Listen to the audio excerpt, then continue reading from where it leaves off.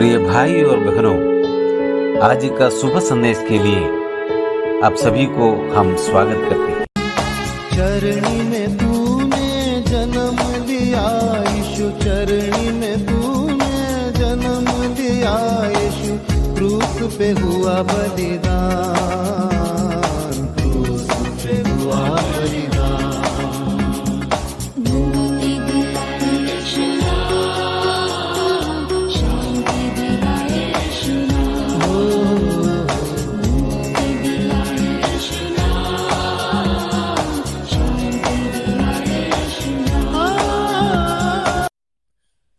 आज का संदेश परमेश्वर के दास एन रघु सूरज से बांटा जाएगा। प्रार्थना के साथ सुनिए। शुभ संदेश को सुनने वाले हमारे प्यारे भाइयों बहनों, हम आज सुबह यूहन्ना की पहली पत्री दूसरा अध्याय उसका 12 कलम से हम उसके 14 कलम तक पढ़ेंगे। 1 जॉन चैप्टर 2 वर्स 12 to 14। हे बालकों, मैं तुम्हें इसलिए लिखता हूँ कि उसके नाम से तुम्हारे पाप क्षमा हुए हैं। हे पितरों, मैं तुम्हें इसलिए लिखता हूँ कि जो आदि से है तुम उसे जानते हो।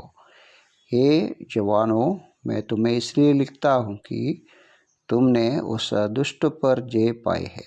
हे लड़कों, मैंने तुम्हें इसलिए लिखता हूँ कि तुम पिता को जान गए हो। हे पितरों, मैंने तुम्हें इसलिए लिखा है कि जो आदि से है तुम उसे जान गए हो।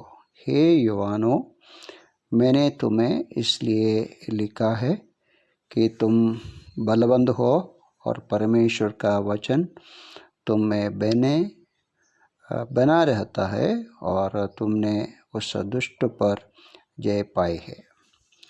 प्रभु इस पढ़े हुए वचन के ऊपर बहुत आशीष दे, हम इसके अर्थ को अच्छी तरह समझे।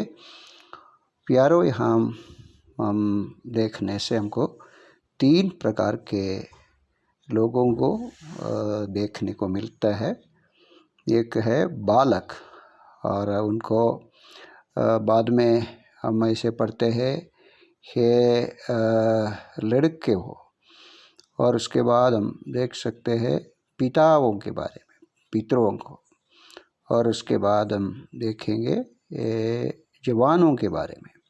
तो इन 3 प्रकार के लोगों को यूहन्ना लिखते हैं और संबोधन करते हैं, उनको प्रोत्साहन देते हैं और उनके वास्तविक स्थिति को बताते हैं।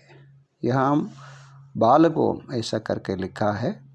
तो प्रभु में जब एक बालक जन्मा है, प्रभु में जन्मा है, तो सबसे पहले उनकी पापों की क्षमा मिलना चाहिए। इसलिए सबसे पहले हम देख सकते हैं बालकों में तुम्हें इसलिए लिखता हूँ कि उसके नाम से तुम्हारे पाप क्षमा हुए हैं। उनको प्रोत्साहन में लिखते हैं और उनको जानकारी देते हैं और उनको सुस्थिर करते हैं, देखो तुम्हारे पापों की क्षमा हुआ। और उसके बाद दूसरी बार जब लिखते हैं उसका कलम 13 की अंत में हम ऐसा देखते हैं, हे लड़कों, मैंने तुम्हें इसलिए लिखा है कि तुम पिता को जान के हो। तो पापों की क्षमा मिलने के बाद हमारे स्वर्गीय पिता के जानकारी में हम आते हैं। जब तक हमारी पापों की क्षमा नहीं होता तब तक हम परमेश्वर के संतान और लड़के नहीं हो सकता। और जब हम उसको पहचान कर सकते हैं और हम पिता को जानने में आते हैं, उसके बाद हम देख सकते हैं पितरों के बारे में लिखा है। पितरों को, पिताओं को मतलब गुजर लोगों को, वडील लोगों को, प्राचीन लोगों को कलीसिया में, उनके बारे में ऐसा लिखा है। ये लोग अनुभवी है और इसलिए लिखता है कि आदि से तुमसे जानते हो। कलीसिया में इस प्रकार के लोग हैं जो पितृ लोग, जो प्राचीन लोग हैं, परमेश्वर के बारे में, पिता के बारे में आरंभ से, उसके आदि से जानकारी उनको मिल गया है और उनको पहचान हो गया है। और 14 कलम में लिखा है, पितरों, मैंने तुम्हें इसलिए लिखा है कि जो आदि से है तुम उसे जान गए हो। एक परिपक्व अवस्था में, एक प्राचीन अवस्था में, एक उम्र की अवस्था में, एक पिताओं की, एक आत्म पिताओं की स्थिति में आ गया है। क्योंकि जब तक हमको पूरी तरह आदि से जो परमेश्वर के बारे में और आदि परमेश्वर, अनादि परमेश्वर के बारे में जानकारी नहीं है, तो हम सचमुच में उस स्थिति में, उस अवस्था में नहीं आ सकता।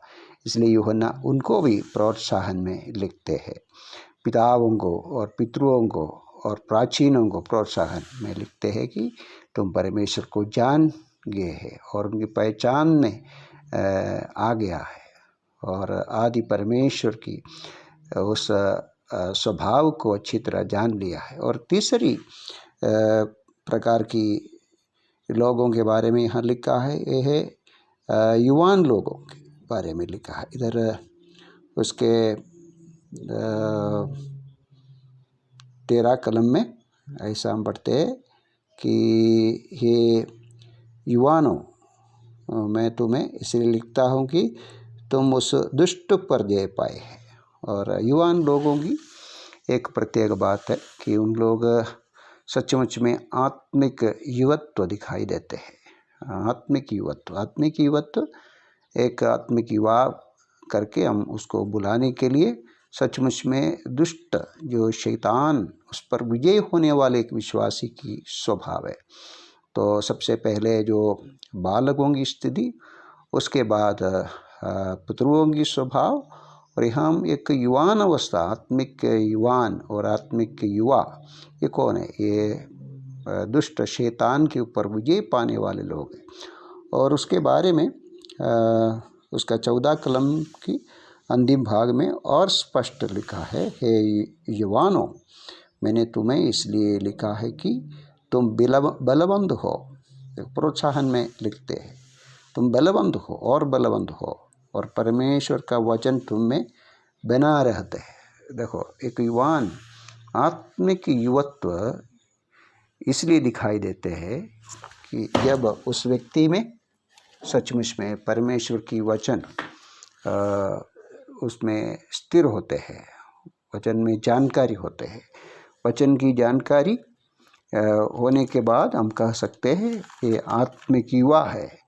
और आत्मिक युवा सचमुच में उस स्थिति में आते हैं कि जो शैतान के ऊपर विजय पा सकते हैं। और यहाँ ऐसा लिखा है कि और परमेश्वर का वचन तुम्हें बना रहते हैं।